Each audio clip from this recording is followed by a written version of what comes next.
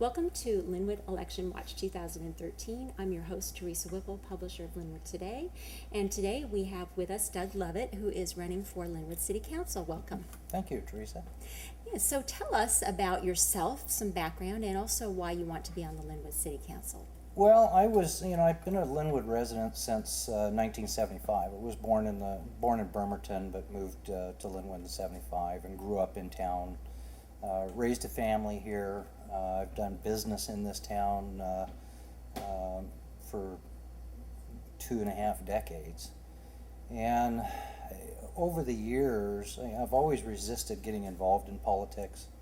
But the reason that I finally decided to kind of step forward and work towards the political arena is because of the frustration level that I and other people in the business community have with trying to accomplish things in the city of Lynnwood. Over and over and over again, I hear complaints from people that want to do business here, from people that are doing business here, but have a real tough time trying to get things done.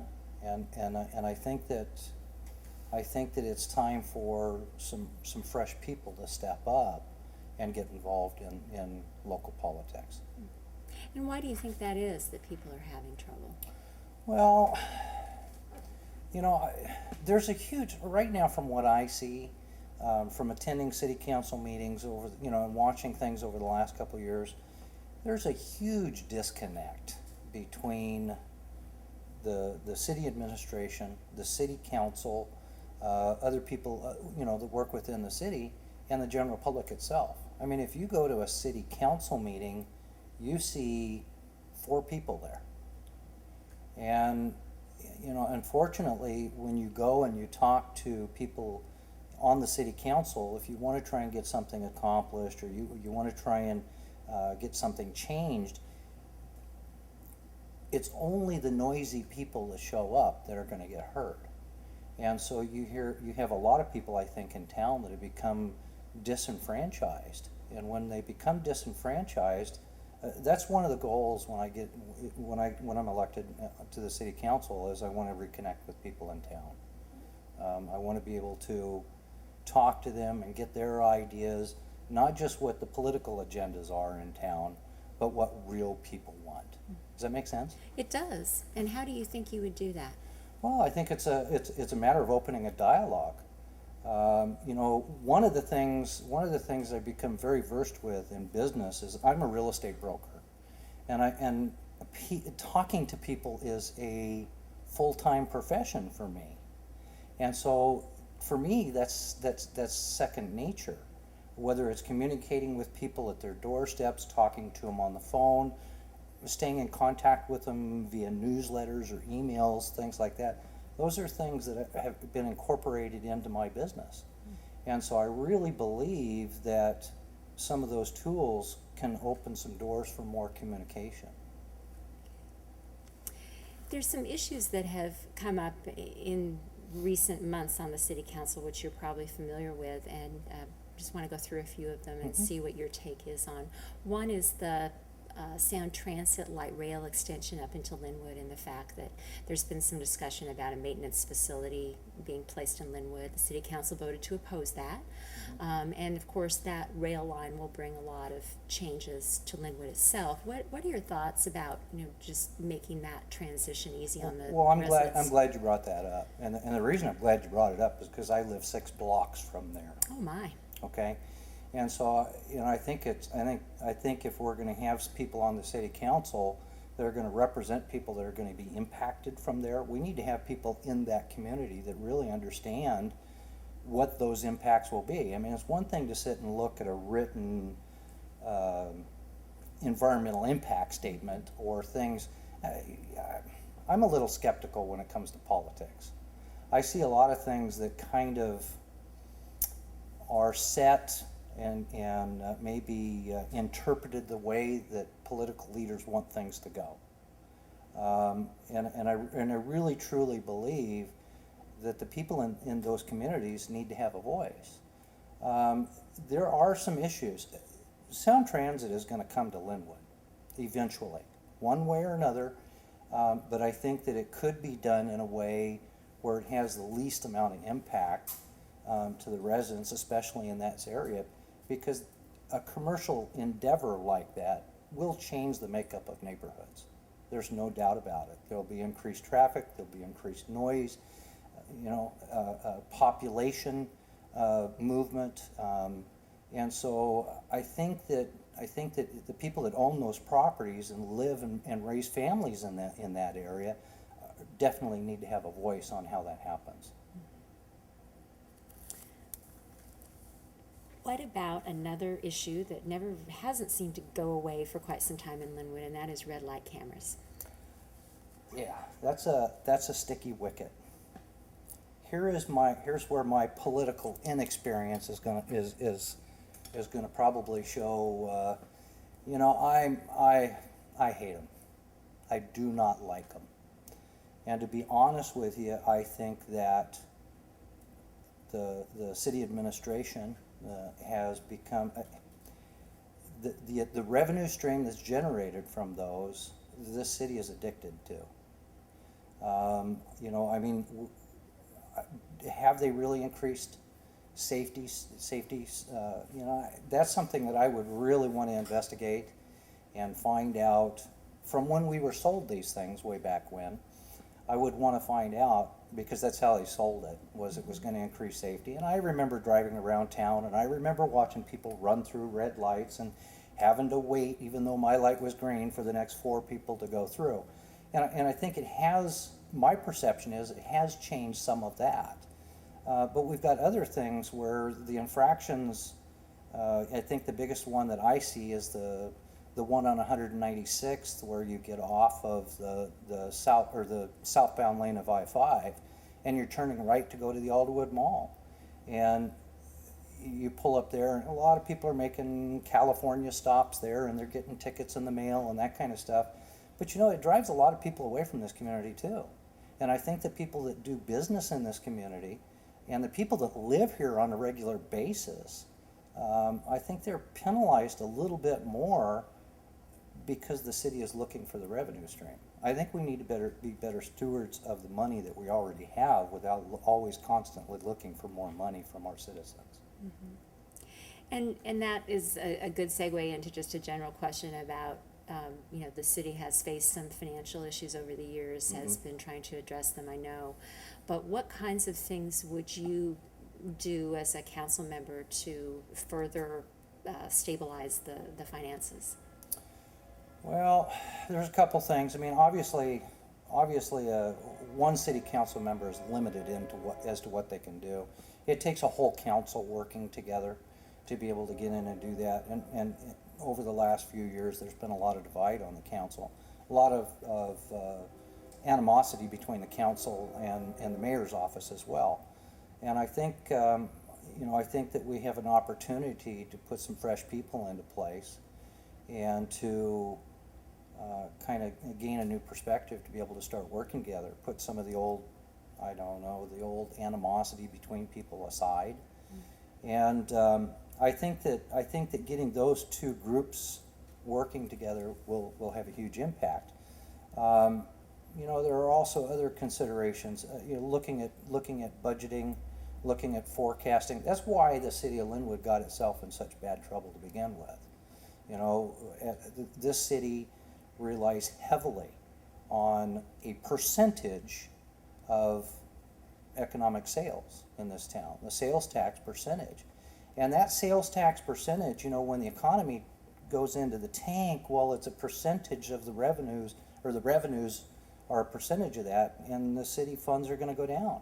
When you set city budgets 2 years in advance, which is, you have to do it, but you're in a declining market, you really got to be seriously on top of your forecast revenues. If you're not on top of that and anticipating revenues are going to drop off, you're going to overshoot the mark. You're going to commit to big capital projects and then all of a sudden not have the revenues to not only complete those, but to complete the basic safety things. And then you're going to see cuts in cities, in the safety issues, like in the police department, the fire department. And these things critical to our seniors in this community. So I think that some of those things are some of the things that really need to be looked at. I think we need to be a little bit more conservative. I really believe that we need to take some of the revenues that we have and invest those revenues into reserve funds so that we can soften the blow of those economic swings. I know that idea was put into place. I know that there has been some money put into those reserve funds, but they haven't been funded like they should be. Okay. Another issue that has come up recently before the council has been the golf course, and the fact that, there's now, I guess, a consultant taking a look at what might be possible given there's been some financial issues. What are your thoughts about next steps or what should be done? Well, the golf course is it's a little bit of a hot potato, I think, because there's so many people in the community that really look at the golf course because it's been around for a while now, as one of those community things that they feel that the city has an obligation to people for. I wish we had more participation in it. If we had more people using the golf course, revenues would be up and we wouldn't be sitting here discussing why it's failing. But we don't have that participation. And I think one of the things, if the citizens of Lynnwood want to see the golf course stay, I think they need to get involved, and I think they need to come to the table with ideas and things that we can do to increase revenues. Do you know how many businesses are in town that could sponsor golf tournaments, raise funds for charity, do those types of things here in this community? There's lots of them. Mm-hmm. Okay, and so the failure or the financial suffering that the golf course is going through, when it's owned and operated by the city, it's a citywide obligation. It's not just on the shoulders of the people that are in position in administration or on the city council or the mayor's office. Mm-hmm. If you want it, we all have to participate. Mm-hmm. Okay. You mentioned kind of looking out for the seniors, and of course, one of the things that the latest census in Lynnwood told us is that there are a greater number of seniors now in Lynnwood. The population is changing.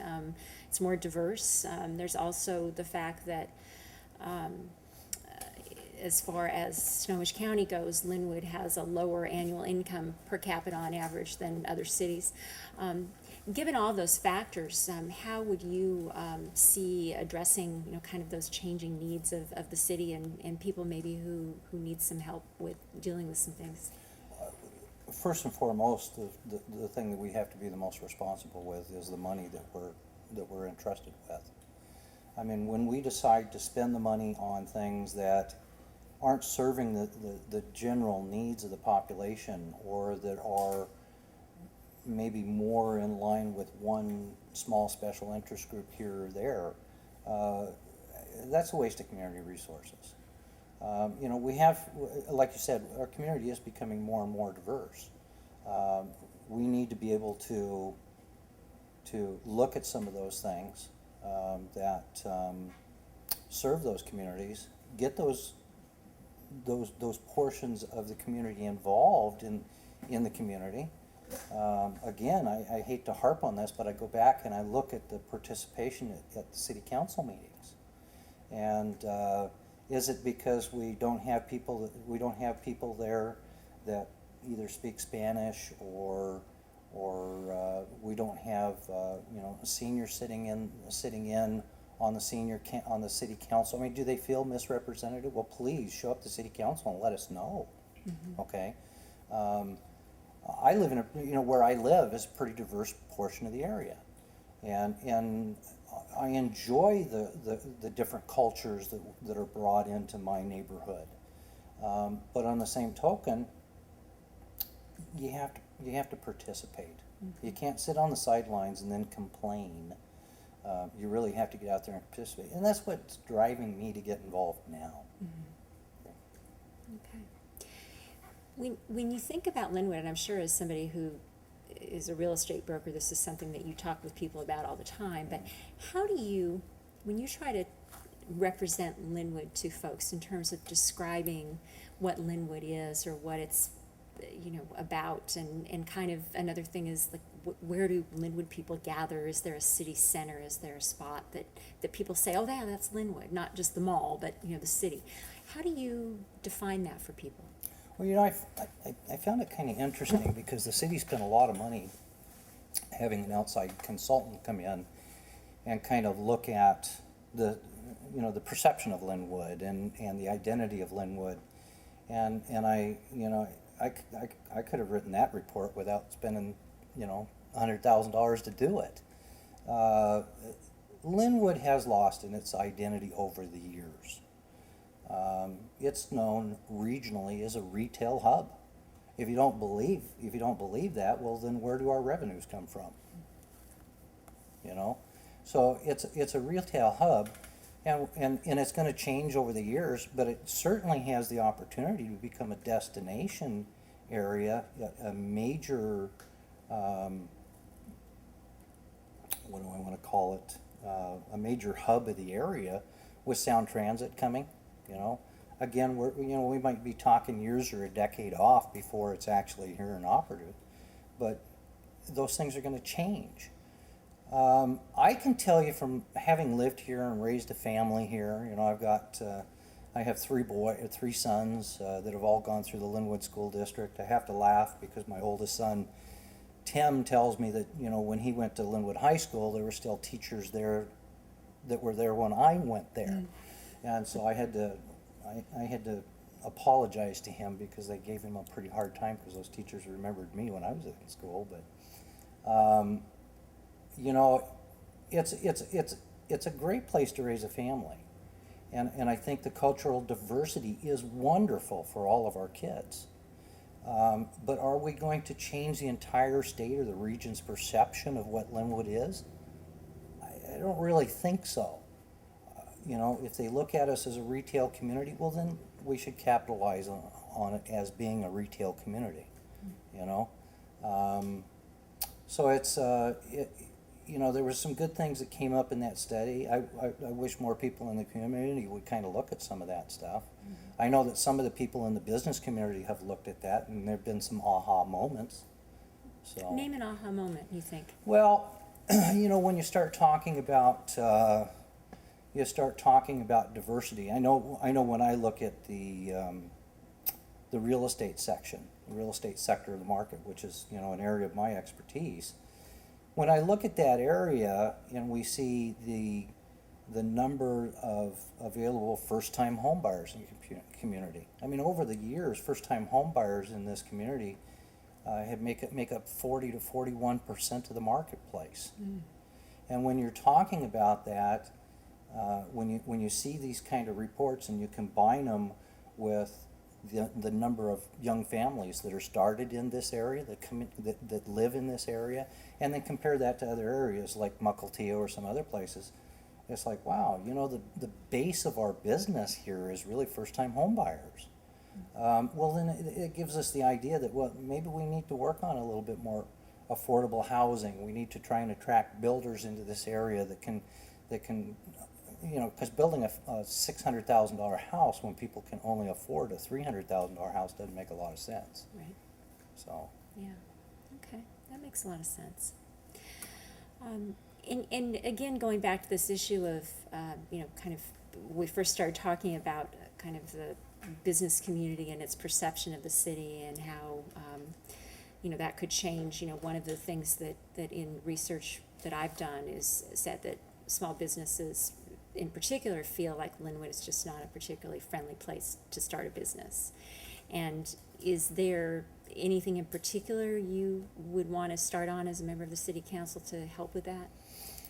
Well, I think I'm going to piss some people in the city off, okay? I would think that some of the things that I've heard from people in this place in this town trying to do some business is that they walk into the counters in some of the departments in the city and they instantly get a no. and they're not told how to get to a yes. And I really think, I mean, everybody that works for the city, from the city council down to, you know, the people that are coming out and fixing the water mains when they leak. I mean, everybody that works, no matter what the trade or the job in the city, they all work for the city, for the citizens of Lynnwood. And we have an obligation to work in a respectful and an honest manner, to not try and control or create our own little kingdoms. I think that we really need to be able to find a way to help each other. And when you walk in and you are trying to get, whether it's a building permit or a business permit or whatever it is, when you walk in and you try and get a permit and you get 15 no's but no explanation of how to get to a yes, how about if we give the people of Lynnwood a yes with conditions?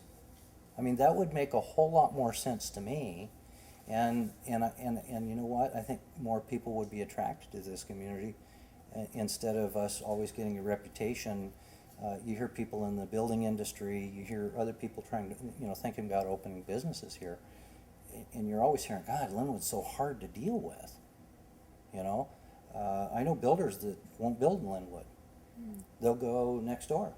Because next door, you know, we can just go down to Lake Forest Park. It takes 2 weeks to get a building permit.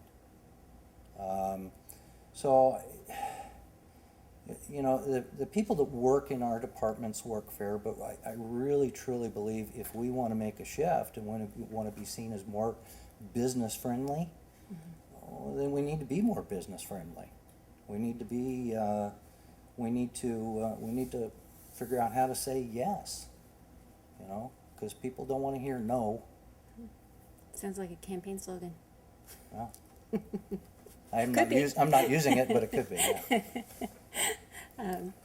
So, if you could name Lynnwood's greatest strength and its greatest weakness. Lynnwood's greatest strength right now it is its people.